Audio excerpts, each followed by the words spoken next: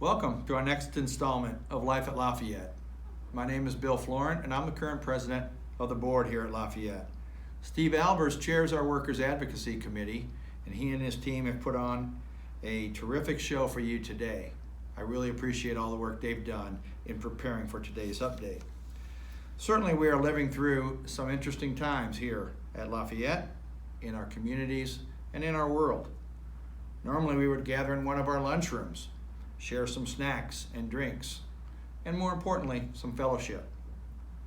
Who would ever believe that COVID-19 would have such an impact on our business and on our lives? But thankfully, we have technology to help us communicate what is happening at Lafayette Industries. Rob and his staff will cover many more details in the hour that follows, but I have a few thoughts of my own just to get started. I am ill-equipped to address the racial injustice and the effects that has on many of our employees and on our families.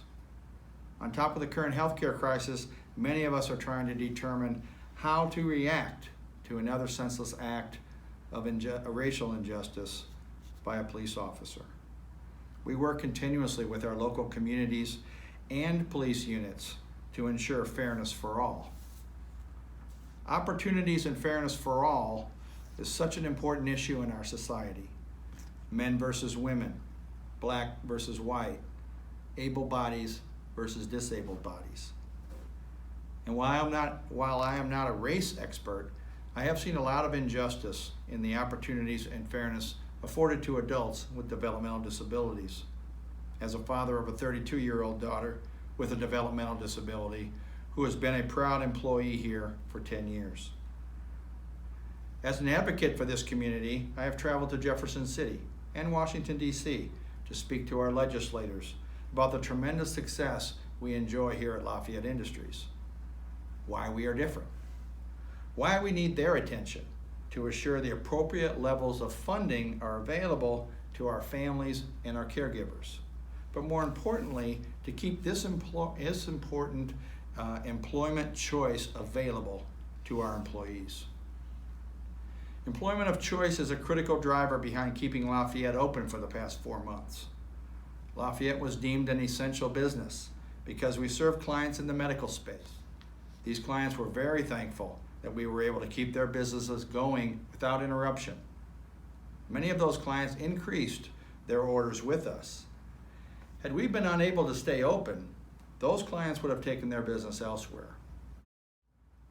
At the end of March or early April, only about 20% of our employees had continued to work every day.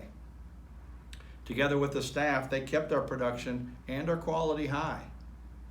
During April, several other employees began working from home, providing another level of production.